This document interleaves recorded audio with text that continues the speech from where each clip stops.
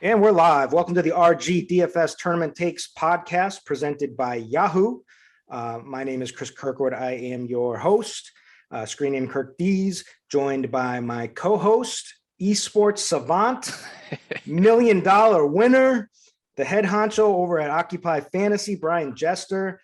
Follow him at Brian Jester FF on Twitter. But what's going on, Jester? How was your week, my man? What's up, man? Esports guru, the actual esports specialist, I think would be furious to hear you call me that. But no, it was a pretty decent week. I felt like last week was pretty tilting just in general from a lot of perspectives. I was able to win a little bit of money on Yahoo, but the injuries in the Dallas and Giants game, and then the way that Cleveland game exploded, ended up being a pretty tilting week. Oh yeah, no more of a tilting week for me. I was sitting there with all the PMR with Daniel Jones and Saquon, as you know, and I was furious at the Saquon injury. Like when it immediately happened, I was just like, that's on Daniel Jones, like it was just an awful pass. Yep. But it was just so fluke that he stepped on the, and I watched his ankle balloon up. I was so mad. And then Jones, that concussion.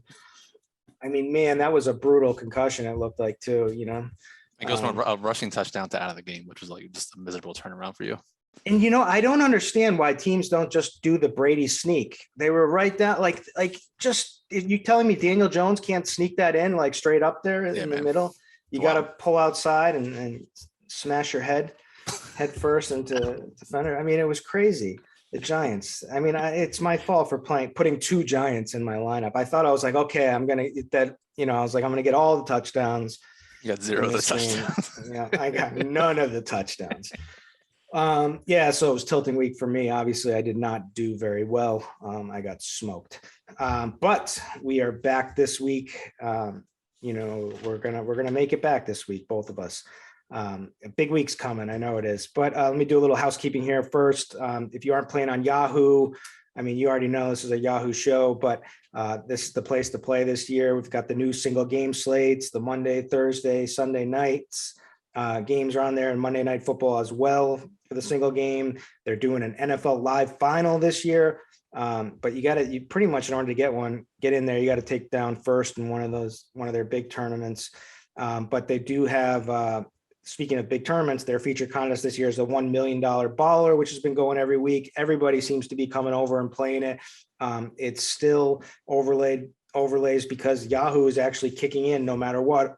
This week, 150,000 of overlay. So you're guaranteed 150K of overlay in there. So if you aren't signed up, use code Grinders25 for a free $25 bonus on your first deposit. I've been playing there for years. It's my main site. Jester's been doing a cool little bankroll challenge over there, grinding out those Yahoo streets. So come on, play with us, use code Grinders25, and that's that. All right, we've got 10 games, which is a little nice to have fewer games, at least at first thought. But I am finding building a little bit of a struggle so far, at least at this point in the game on Friday. I mean, we're getting a bunch of injury news too. So injuries are like the key thing here. I mean, after last week, now all these new injuries are coming in as well. So today the bomb dropped with Nick Chubb is going to be out. So that's going to make Kareem Hunt lock and load, easy play. But he's going to have massive ownership, massive. But anyways, we've got 10 games. We only have 3 games with a north of 50-point total. The lowest of those are Dallas Pats, which is kind of shocking to me because it's in New England with a 51-point total. Then we've got the Chargers, who crushed our hopes and dreams last week, or at least your hopes and dreams, Brian. with Mike Williams just going off, but they're playing the Ravens, and it's been Lamar's season. He's just crushing 51.5 point total. And then the big game is everyone's talking about is KC Washington football team, 54.5 point total. These defenses have been atrocious so far. Offensives, obviously the offense of the Chiefs was consistently putting up points, and Washington, Heineke's been playing well. They've got a bunch of weapons.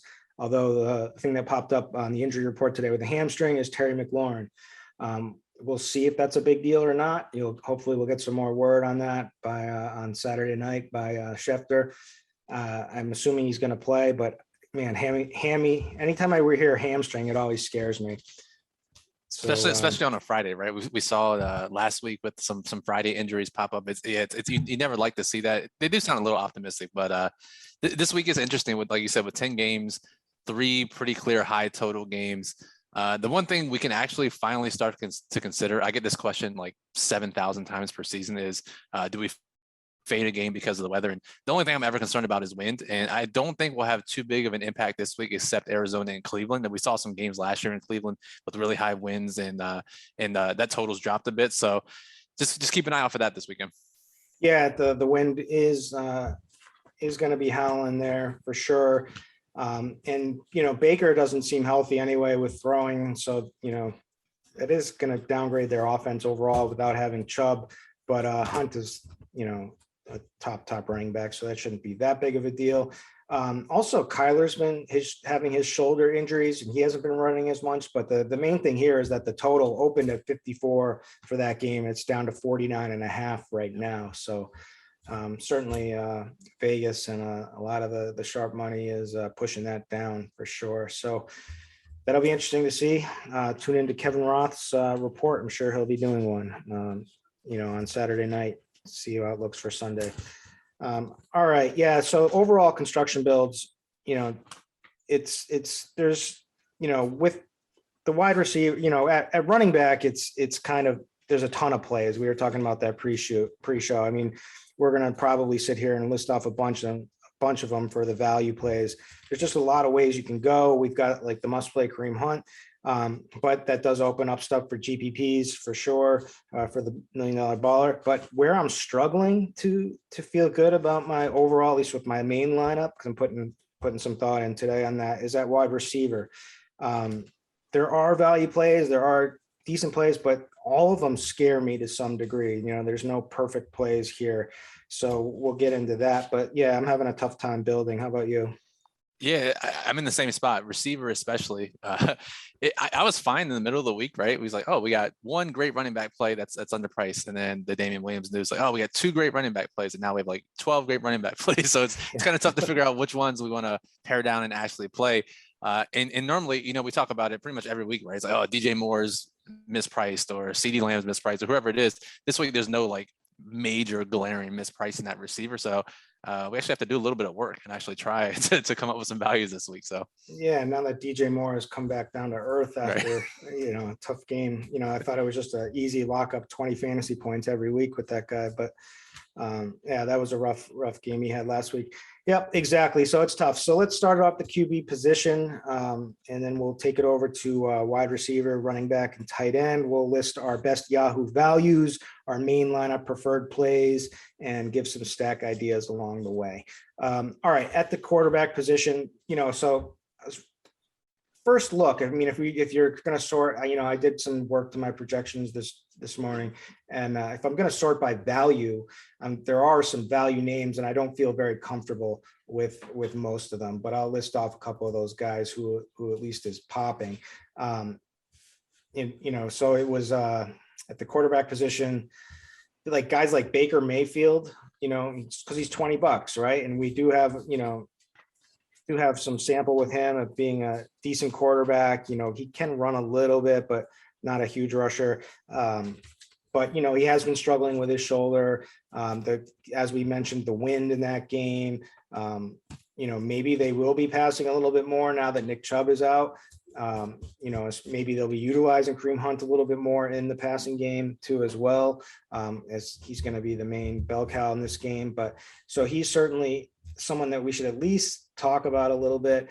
Justin Fields is looking like a value, but like how? I don't, like Do you trust that coaching staff? I don't. He hasn't hit 9 fantasy points yet. Yeah, right. And so that, I mean, sure, for GPPs, that's a good play, but I mean, it's tough. They're just not using them. They're not throwing. They are without now their top 2 running backs. So maybe they'll be forced to throw it or forced to use Fields' legs a little bit more in this one. Green Bay's been a good match up for opposing rushing. But anyways, and then there's like Carson Wentz at 25. But the first play that I really like that I listed for my value is Taylor Heineke. Obviously, that's the highest total game of the week. KC is 31st in DVOA versus the pass, 31st in DVP versus the quarterback. So they're giving up the second most fantasy points to opposing quarterbacks. KC has allowed 308 yards passing per game average, and the league high 236 rushing yards to QBs so far this season, although they have faced Hurts, Josh Allen, and Lamar. So obviously those are the 3. Only one they haven't really seen is Kyler. So there is the potential for some rushing upside there. Heineke will rush back-to-back rushing games of at least 40 yards. Did have a rushing TD in week 3 versus the Bills. It's just it's an easier way to play this game, right? You don't have to spend the high money on Mahomes. That's the first guy I got. The second guy I got, and I really like this one, is Joe Burrow at 28. Up to 38 passing attempts last week. So they're increasing it. They were holding them back a little bit. So they're in the dome. It's his electric weapons that really stands out to me, right? Like, so he's got electric weapons to use. We got Jamar Chase, who's just coming into his own, looks amazing. Higgins, Boyd, Mixon should be a little bit healthier. So those are my 2 value plays I wrote down. What are your thoughts on those guys? And do you have any other ones? Yeah, so the initial values you listed were the guys I listed, if you just go by straight projections, but I don't feel comfortable with them. Baker Mayfield, the wind, whatever, maybe the total dropping. Justin Fields literally hasn't put up more than 10 points in a game. Wentz is I guess is fine, is a 10-point favorite. I don't know if they'll need to throw that much, which is something I'm not really interested in playing in DFS. Heineke, I have listed as my top tournament quarterback, but I guess you can get there if you need the savings in your main lineup. I understand it. I haven't really considered Joe Burrow, but I do like that play. It's really interesting, $28 and pretty high team total. And, like you said, the weapons against Detroit's defense, that makes a ton of sense. To me, if we could just afford the extra $5, and I think we can this week with the running back values, it's just play Lamar at $33, get the rushing passing upside, and that's the main lineup play. We're just chewing up time here before, just talking about every way. But Lamar is going to be massive chalk, and for good reason. Yeah, he's $33, like you said. Just find it. It's a key game that we want to have exposure to. There are some holes we can poke in it, but the good side, the Chargers basically dare you to run, and they limit long passes, and they've been doing that so far. And the thing that's really opened up with Lamar has been his long passes. And Hollywood Brown has been great. He finally, Mark Andrews had a massive game, got a ton of targets last week. I think he had 2 touchdowns. So, he's looking more comfortable, Lamar, in the passing aspect this season, and he's also the best runner, probably would be the best running back on any team in the league. And he's at quarterback. So the Chargers dare you to run. They're 31st in DVOA versus the run. The running backs, they're having a problem with their, since most of their main running backs went down. I mean, none of these guys have stepped up. They all look old. The one that's actually looks the best, they're not using a lot. So anyway, Lamar should have a massive rushing floor in this game. LA Chargers second most fantasy points allowed to the tight end, so that pairs well beautifully with Mark Andrews, especially after that massive game he had last week. And sites haven't really priced him up yet, including Yahoo. Yeah, it just makes a lot of sense. Plus, they're going to be Bateman's returning. This Rashad Bateman's coming first game, supposed to be electric. I mean, what are you expecting from him at all in general? It's not, I mean, I like him just as a general player. I'm curious to see how much he actually plays in this first game back, but he definitely adds a dimension to this offense that they haven't had before. And I'm not a big tape guy, but the people I trust to watch the tape, think he's a great player. So I'm excited to see what he adds to the offense. I did want to ask you, because you mentioned Lamar is going to be, amazing, or super high, very popular. In your main lineups when you're playing the high stakes stuff, is quarterback a position you're willing, because I know you say every week you try to get different in maybe 1 or 2, 3 spots. Is quarterback that position where you're willing to do that, or are you just going to play Lamar and you'll find somewhere else to get different? Most of the time the plays are so good that I just like eat the chalk at the quarterback. There are weeks where I do take like a stance when I have like a play that I think is just similarly as good. Like it would be like if Josh Allen was on the slate, Sure. Typically like my biggest stances like last season were like games against Lamar. It was like when I would take Mahomes or and I would be like the only one in at least those like 10 man, like, which is where we're all, there's so many like 10 man entries that you play on Yahoo. So Lamar is probably going to be 100% owned, to be honest with you. So if we could get me confident on another play, then yeah, I would definitely think about, being different. But at this point, he's probably going to be my main guy. I mean, it's like, because there's so much of that is in cash games as well. Right. In tournaments, I'll try to potentially take a lower ownership approach with him. And maybe, and I usually don't pair him that heavily with his receivers, but maybe I'll do some doubles with him this week and hoping that people aren't doing it on Yahoo. But like so the thing is, it's weird because like I always preach I usually don't do like the double stacks on Yahoo, but it's like everybody's coming over now and they're all doing their DK FanDuel double stacks, triple stack. And so I think I'm raising my hand because I'm doing that as well. So I know. I mean, and that's the way you play, and that's the right way to play. But on Yahoo, it's like it's just a little bit different.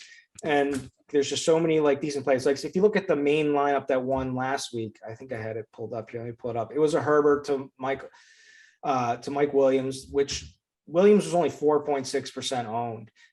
That stack just came out of nowhere. Herbert was 2.7% rostered, right? Like people didn't expect that with that Cleveland game, and that game just went ballistic. But like every other piece besides this, he did the bring back with Hooper. So it was a single stack with a bring back, which is normal. It was the Herbert to Mike Williams with Austin Hooper, who did nothing, and it didn't matter. He got 2 points, but that's your $100,000 winner. It had all chalk from there. It had Najee Harris and Alexander Madison, the two chalkiest running back plays.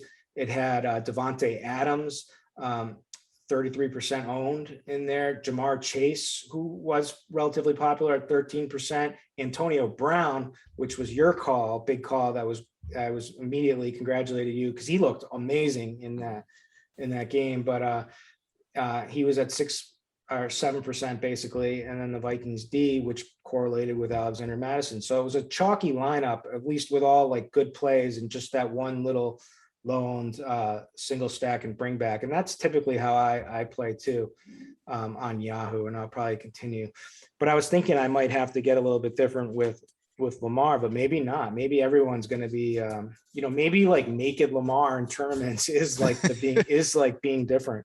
Right. I think like most people don't stack Lamar, right? Usually, but this week his two main receivers are actually underpriced on Yahoo in Marquise and Andrew. So I think we actually might see more than we would normally see on a typical slate where people play Lamar. So I think that's another interesting dynamic that adds to the intrigue. For sure. So let's talk a little bit about Mahomes. So that's where I would get different, right? Like if playing Mahomes just makes you feel nice inside. At least with me, you don't get that massive rushing upside that you get with a guy like Lamar, but you're gonna get passing TDs. Either game script, like this is a passing offense. Clyde is now down, like he's out of the way. He's on the IR right now. Williams is more of a passing down back anyway. So I'm not sure that they're gonna, this is a team that this is a pass first offense. The only thing is Tyreek Hill's on the injury report. I don't know how serious. Do you have a take at all on how? Yeah, so Tyreek, he came back to practice today, and beat reporters said that he looked like his normal self. I guess it was just a thigh contusion, which is something I guess we're not really worried about. So I think Tyreek's fine, and we can play him as we normally do. And I forgot to mention with Baltimore, Sammy Watkins has been ruled out right now, so that just opens the door for Bateman, but makes his primary two targets a little bit even easier plays this week.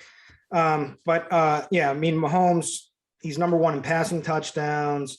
It's a great matchup. Everyone's talking about how both of these defenses are terrible. Everyone's saying that the Chiefs, they've been decimated with injuries, but they have been just atrocious so far. Washington football team is 29th in DVOA versus the pass, 32nd DVP versus the QB. So they're allowing the most points to opposing QBs.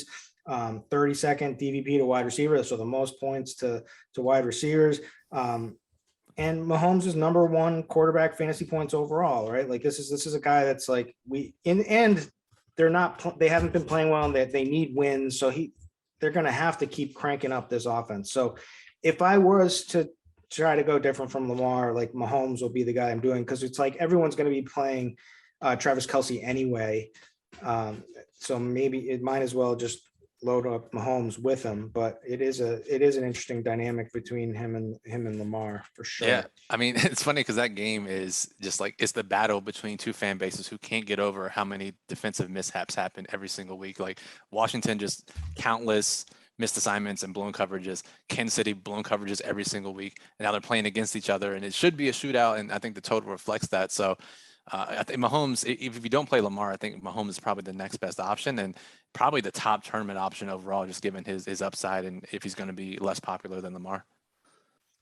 Yeah, let me sort by ownership projections and see who else is any like decent. I mean, Dak is going to get overlooked, but it's going to be tough to play Dak, especially against New England. New England's defense is still pretty good.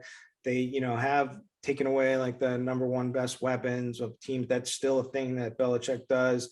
The running game is just so good with Pollard and Zeke that it's tough to want to play much Dak. It hurts his volume. That's the killer thing. It's like we see the high totals when we want to stack that game, and it's kind of the reason I was off Dak a little bit last week. It's so tough when Zeke and Pollard, like you said, are just ripping off 5, 6, 7, 8-yard runs at will, and he doesn't have to pass. And I don't know if New England's going to be give enough resistance to where on offense that they're going to force Dallas to have to pass all the way through the game. So it doesn't make it tough. You know who might be this week's Justin Herbert? Who's that? Justin Herbert. Yeah, I have him on my list too. I think in the same game as Lamar, Baltimore's defense hasn't looked that great.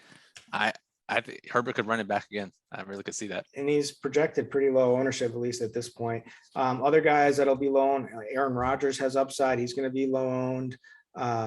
Kyler, no one's going to play. He's just priced too high, but we did see that game shoot out, but we do have the win concerns. But I think that's interesting to get a little bit overweight on any of these guys that have upside that are going to be, Aaron Rodgers, Kirk Cousins, maybe Kyler, like any of these guys that we know have upside from the past that are just going to be extremely low on this week, at least an overweight stance on. What are your thoughts with Matthew Stafford at all? Like this Giants team has nobody, but looks like Daniel Jones is going to make it back. Right. He's on pace to come back for this week. So all signs are pointing that way from even after that nasty concussion where he's just wobbly legs. You hate seeing that. Yeah. But any of those guys could do it, like Aaron Rodgers, Cousins. Stafford was the guy I had actually listed. Stafford, and if you can stomach it going back to Daniel Jones, I think that game should shoot out. Obviously, as we get to running backs, everyone's going to want to play Darrell Henderson from the Rams side. But if you pivot to the passing game, and Cup's super expensive, Woods is probably a value this week. But playing the Rams passing game instead of Henderson, I think is a great tournament pivot. All right, let's take it on over to wide receiver. All right, some guys I wrote down for the value plays. I wrote down. I mean, this shows you how gross it kind of feels for me. Michael Pittman, right? Like he's $15. He's a wide receiver 1. He finally got in the end zone last week. Last 4 games has averaged 9.8 targets, so just about 10 targets per game, just about 85 yards. he's a wide receiver one. T.Y. Hilton is going to be coming back this week, but I don't expect much out of him at all. But maybe that just opens things up for Michael Pittman a little bit more. But he's someone I had there. Marquise Brown looks too cheap at 17. He's going to be popular just because he correlates so well with Lamar, but he's been a legit number one wide receiver. He's second in receiving touchdowns, and he's dropped so many gimme touchdowns on top of that. So he could very well have been at the top of the list. It's a tough matchup. As we said, is that the Chargers do limit the big plays from receivers, but certainly Brown is capable of beating anybody. Maybe Rashad Bateman. We don't know what to expect with Rashad Bateman returning, how that's going to eat in, but it's pretty easy to pair Lamar with Marquise Brown or Mark Andrews. Another guy that doesn't feel good, that's at least grades out pretty well, and the more I look into it, the more I am starting to like it, is Brandon Cooks at $17.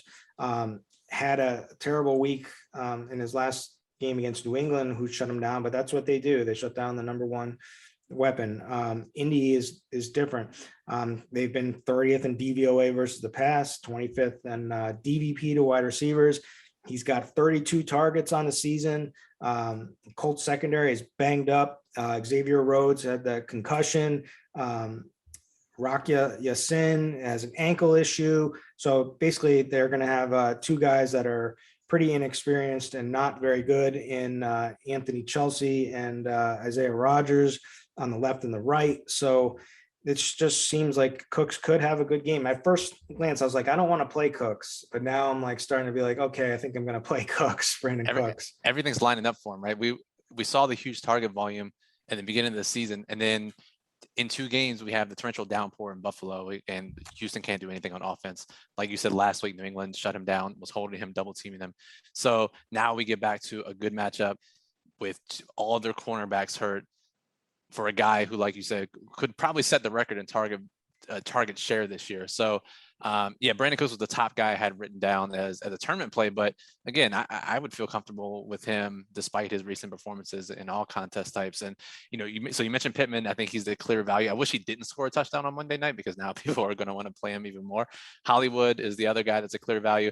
Other guys I've wrote down as Yahoo values that, again, it shows how thin this week is, but Hardman at $12 or $13, Robert Woods after his big game, CeeDee Lamb still $19, Cortland Sutton, and then I'll take this to the bankrupt hearing, but Robbie Anderson is $13 again, 100 plus air yards in 2 of the last 3 weeks, and he has the highest upside of anybody in that range. Just can Darnold finally connect with him? Yep.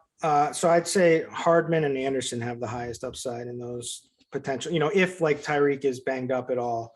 I was there. I was looking at that. Cortland Sutton, I wrote down as well.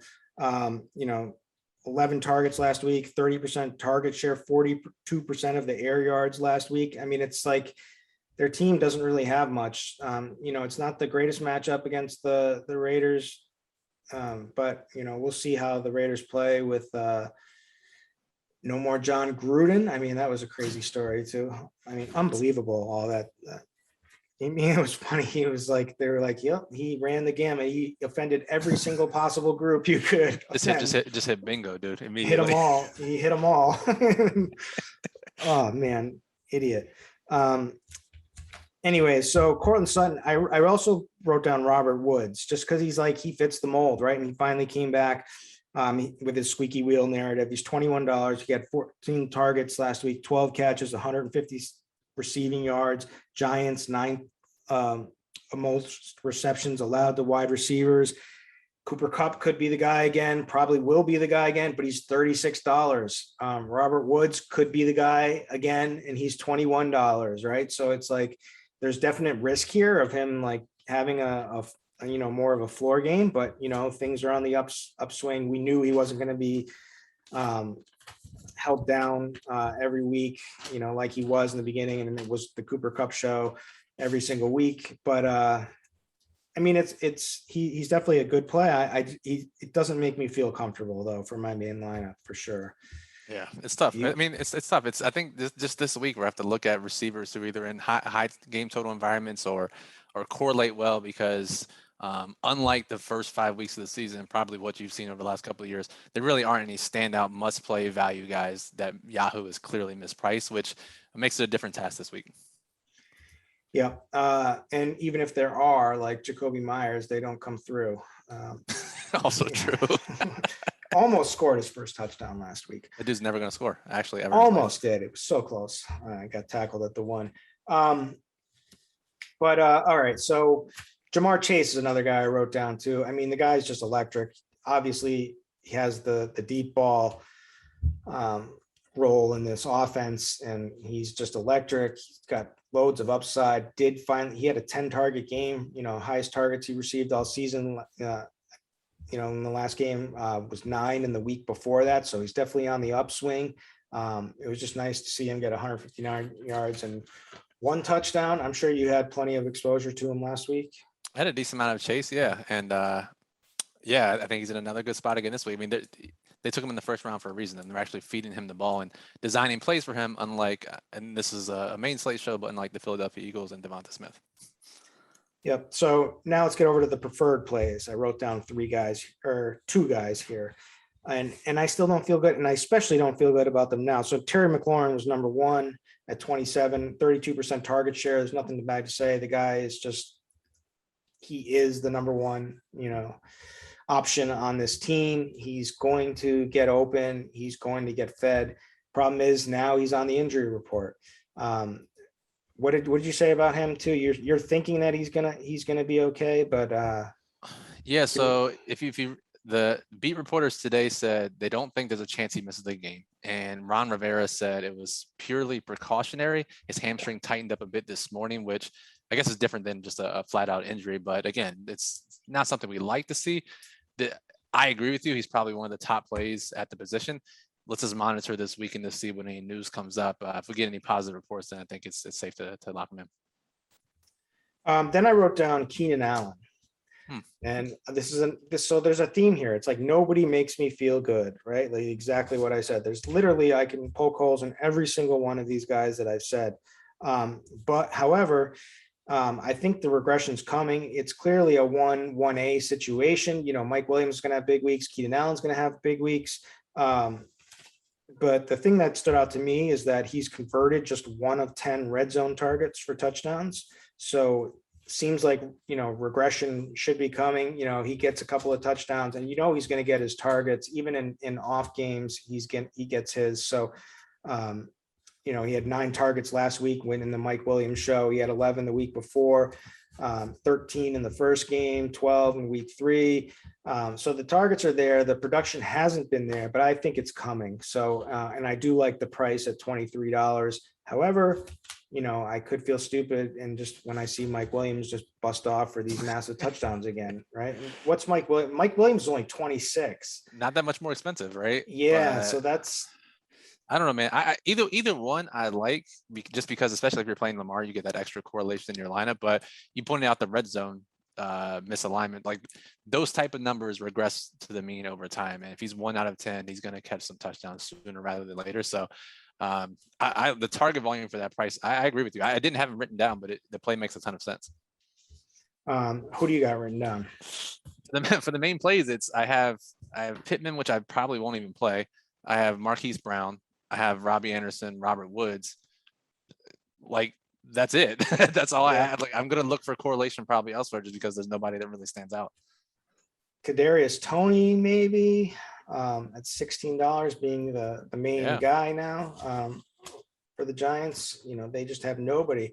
But also it's going to be easy to key in on him for sure too as well. So and it sounds like Shepard and Slayton might return this week. So I'm not sure how that impacts. But I mean he's been playing so well. I would find it hard for them to take him off the field, but I think that does add an element of risk to playing Toney. And you hit Hardman. Any other guys? No, dude, it's tough this week at receiver. I keep wanting to play Allen Robinson. I played too much of him last week. Like I said on the show, I convinced myself. It's just, it turns out it's shocking. You need a quarterback that actually passes. to have a big game. Go figure. That makes it Yeah. really tough. Well, you can play him with Fields, right? You save all that Yeah. money, and you can save all those fantasy points too. Yeah. All right, let's go over to running back. We got a lot of people to talk about here because we like a lot of people and probably going to like a lot of the same people because there are just a lot of good plays. The first guy I wrote down was Darrell Henderson. He's $20. New York Giants are 26th in DVOA versus the run, 21st in DVP to running backs. 90% of the snaps in week 4. He didn't have that last week, and Michelle got more, but that's because he got dinged up last week, but he should be fine. He's got rushing TDs in 3 of 4 games played. And he's probably my favorite play of the week. And he's, those touchdowns were all in games where they won, and they're a nice favorite against the Giants and should have another winning week. So I think they could lean on Henderson a lot in this game. Let's just hope he stays healthy. The next guy that seemed like the value play of the week, and I was going to be interested to hear your takes on, was Khalil Herbert at $14 now with Williams getting COVID. Had 63% of the snaps when the Bears were leading last week, 100% of 2 minutes drills. So he was already, trending in the right direction, and getting great work. And then all of a sudden now he's the guy. He's the main RB. Packers are 29th in DVOA versus the run. He has, if legit 25 touch upside in this game with Williams out, right? So that's the volume play for cheap. Before we get to the easy play, but the other 2 guys I wrote down here, Jonathan Taylor at 23 is probably going to keep falling a little bit, lower in ownership as we keep going with getting more value plays that open up, because we're, Kareem Hunt, who we'll get to, is only $19 and has become like the standout play. Any little bit of savings, people are going to keep gravitating towards. So it's like Henderson's 20, Herbert's 14. And then we've got Hunt at 19. So that's just going to lower some of the ownership that would have, he seemed like the main play a couple of days ago for sure. But I think his ownership will trend down a little bit. But just had a monster game, right? Like he's the man when he gets fed. 30 fantasy points with the Ravens. He had a massive touchdown through the passing game last week. Texans have allowed 135 rushing yards per game, which is the 7th most. He's gotten 3 receptions in each of his last 2 games, 6 in week 1. So they will, and he's great in the passing game when they do use him. So I have nothing bad to say about him, but those are the guys. And then I wrote down DeAndre Swift, which we can get into in a minute, but I'll just break it down now. He's only $20 as well. So he gives us another option in that range. That's a kind of a game that I think it's going to be good one to target with Cincy. I told you I like Joe Burrow. Swift is the obvious bring back. He's getting the targets, right? He had 74% of the snaps last week. He's running the routes. Swift leads all running backs in receptions and receiving yards. So that's what we like to see. He's probably a little bit better of a play on DK. I don't know his price, but he's still priced nice and cheap here on Yahoo. So I like that. Those are my guys. Yeah, I mean, can we lobby Yahoo to just let us play 6 running backs this week, because all these guys are much better plays than anybody in their price tier at the wide receiver position. So Hunt obviously is the top play at $19, right? That's the first guy to get into your lineups. Jonathan Taylor, another fantastic play, as a 10-point favorite, perfect game script for him. Darrell Henderson, like you said, he's too cheap. He's too cheap on all sites, and Yahoo at $20 as a big favorite, amazing play. Herbert in NFL DFS, you just don't fade volume at the running back position, especially when they're this cheap, right? You get a guy with that kind of touch upside. You just play Herbert at $14. And like you said, the fact that he was playing in the 2-minute drill last week, ran a decent amount of routes last week too. Even if you're worried about Green Bay winning this game and Chicago not controlling the clock, Herbert's still going to get work no matter whether it comes in the air or on the ground. So that's the type of play you love to play. And then you mentioned Swift, and then other volume guys that are a little bit too cheap, Devontae Booker, Chase Edmonds. But to me, it's you play Hunt, one of Henderson and Taylor probably, and then Herbert. And it's as easy as it gets for your main lineup. And then you have those other guys, and then some of the studs that you can mix in your tournament lineups. Yeah. So then there's a lot of other guys too that we haven't touched on, right? So there's Austin Eckler in that, he very well could have the big game. He's been outstanding so far this season. I mean, you just look at the last 2 weeks, 28 fantasy points in week 4 against the Raiders. It's a great matchup for sure, but he delivered. And then you look last week in that Cleveland game, that shot, was it just came out of nowhere to catch all of us, but he had 30 fantasy points in that game. Had 17 rushing attempts, but did a lot of work in the passing game. Had got 5 targets, 5 receptions, 53 yards, a touchdown. He's gonna be overlooked because he's $33. We don't have to worry about McCaffrey this week, so that's good. But we probably should mention Hubbard. I think we looked him up. He was $19. Is that? Did I say that correctly? I think that's what it was. Yeah, $19. Yep. No, 18, yeah. $18, but same thing. 18. Yeah. So he's like another guy that's going to get overlooked here with a great role. Josh Jacobs, big game. It might make sense that they lean on him a little more this week with everything going on in this game with Denver. He's only $17. They've been using him in the passing game, which is nice. He hasn't produced a ton, but he's gotten 5 targets in week 5 and week 4. I liked him last week. He didn't quite work out too well for me, but I'll go right back to him this week in GPPs for sure. What about Darrell Williams on KC? Yeah, maybe if you're stacking that game, I guess, but on other sites he's cheaper. I'm not super thrilled to play him at his price. It's 17 is not bad on Yahoo, but he's another guy that's in that mix. The one guy I'm interested in is Dalvin Cook, and I typically stay away from running backs who have high ankle sprains, but I need something to tell me that he's over that injury. And the fact that he sat out last week's game to rest, got in full practices this week, and is off the injury report a week ahead of their bye when they could have easily rested him through the bye, lets me know he's probably fully healed. And I can't imagine too many people are rushing to play him after his recent games. Oh man, he's only $30. I was expecting to look down and see like 37 or something. Right. Yeah, definitely. I'm writing down Cook to make sure I play more of him. Maybe that's like a main lineup play differentiator. Right. True. Well, any love for Mixon with I think P Ryan's still on the COVID list, and he's only $26. And Zach Taylor came out today and said Mixon's expecting to get a full workload on Sunday. So it sounds like he's over his ankle injury as well.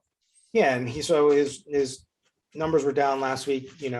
Only had 10 rushing attempts, but that was because he was banged up with his ankle sprain. So if he's healthy, this is a great spot for them to lean on him. I mean, nobody gets the kind of touches that he gets.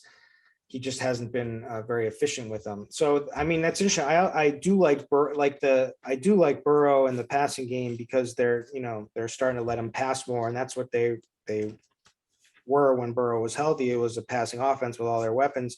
But Mixon is going to get a ton of work too. And I mean, it's a great match. It's a great matchup for all in this game against Detroit. Detroit just leaks production everywhere.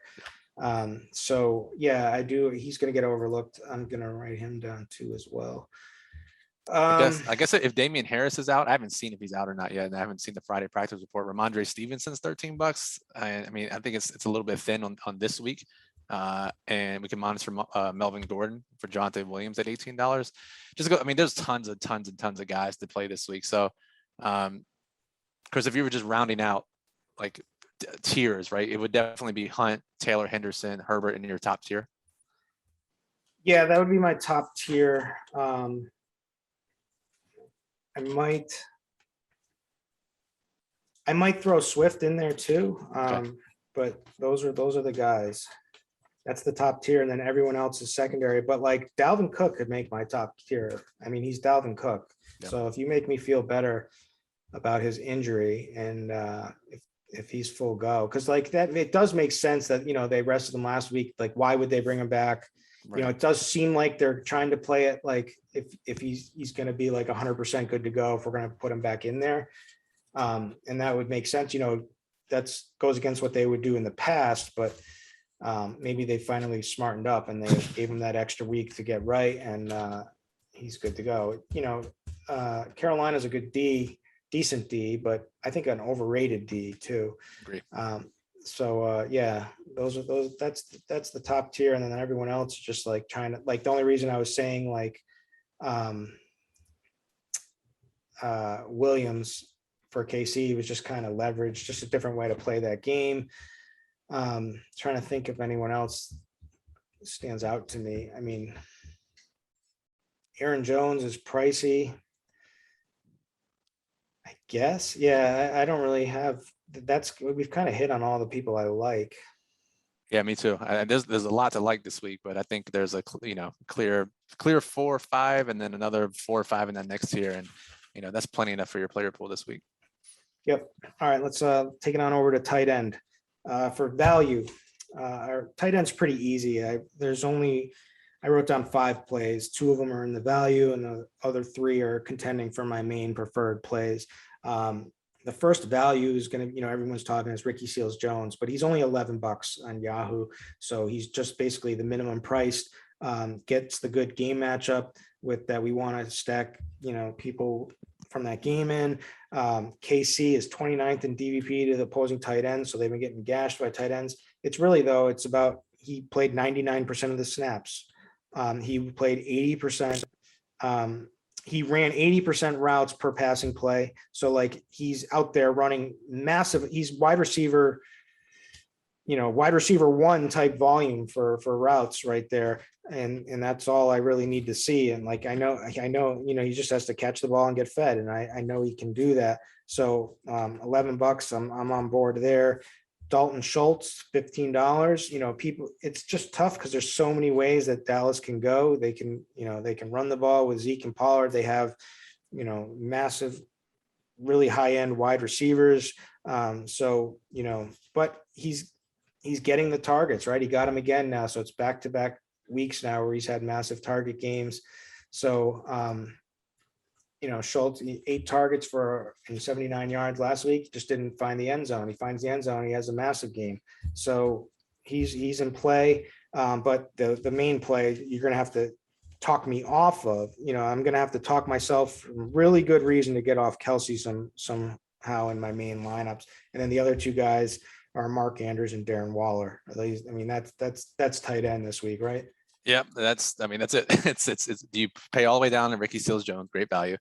We keep talking about this every week, and maybe we'll keep talking about it until the playoffs. And we keep saying Dalton Schultz it feels like a gross play, and then by the playoffs he'll have 27 touchdowns, and we're like, he's still gross, he's still such a gross play. But $15 for his target share is hard to argue. But then, so the real question is, do you pay up at tight end? Do you pay Kelsey, you pay Andrews, secure that volume, or do you pay down for Ricky Seals-Jones? And because we have the value at running back, and because Lamar's a little bit underpriced, I think you can pay up at tight end.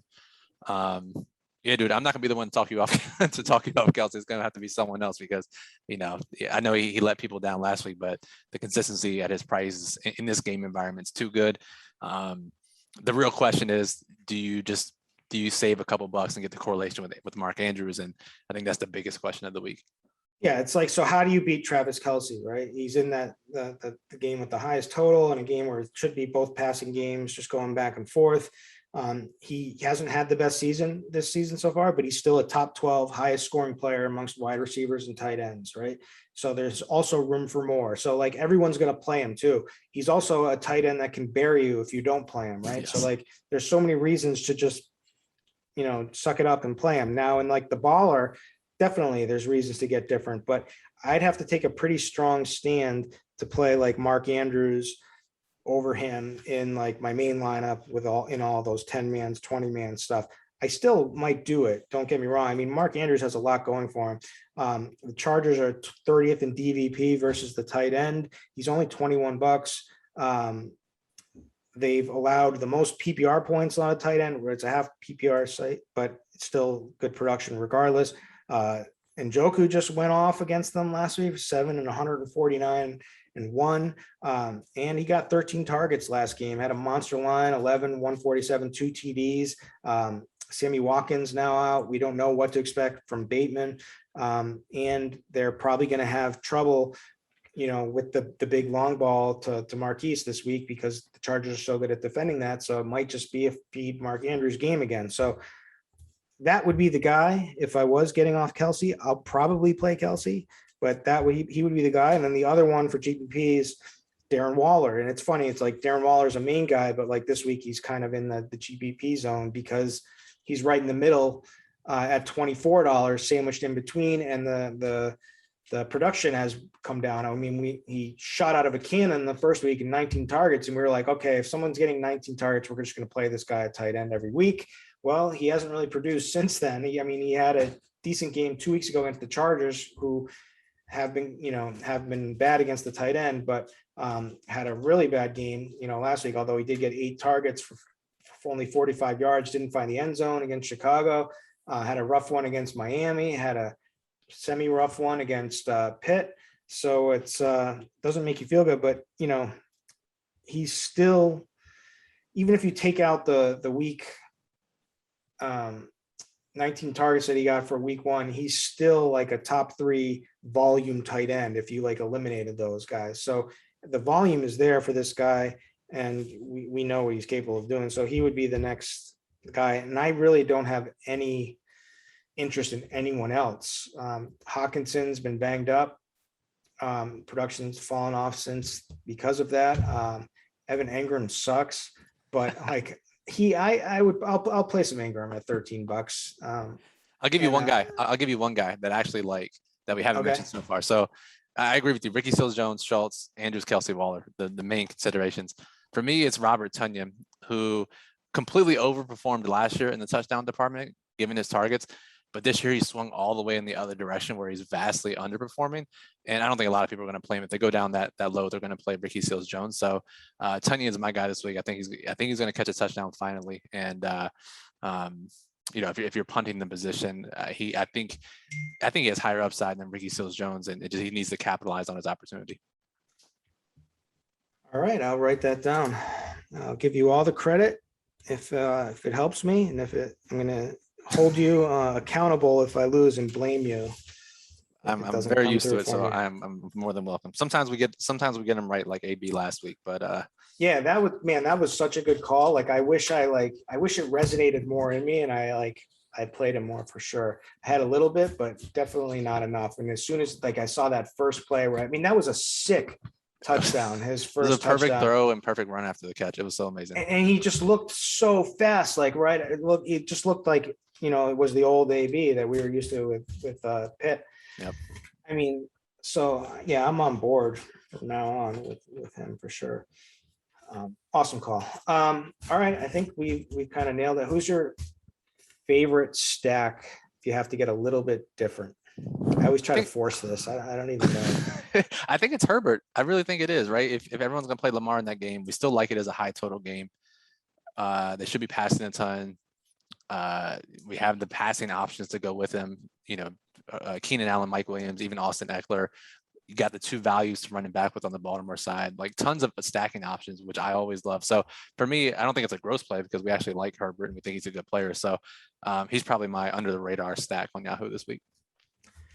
Yep. Now the guy I'll choose and he's not that under the radar, but someone I definitely like more than what the field will be on, I think, is Joe Burrow this week against Detroit. I mean, it's not sneaky because it's Detroit defense. Like this game does have shootout kind of written on all over it, but he's just going to fall behind some of these other guys for sure. So, and I'll probably play it different. I want to play Jamar Chase because he's the most exciting, but I'll probably try to get like T Higgins or Boyd and try to get a little bit more contrarian with it. I like it. So that'll be mine. All right. I think we've got it. Any final words? No, I think it's just a different weekend. We've gotten to this groove of what to do on Yahoo every single time. And it's a little bit different this week. So I'm excited to be up for the challenge. And yeah, I think we're both gonna get back on the horse this week. I'm excited. Like you said at the top of the show, a huge week is coming for one of us or some listeners. And I think why not? What no better week than this week? Both of us. Let's do it, my man. Let's get him. All right. This has been the RG DFS Tournament Takes podcast, and we'll catch you again next week. Thanks.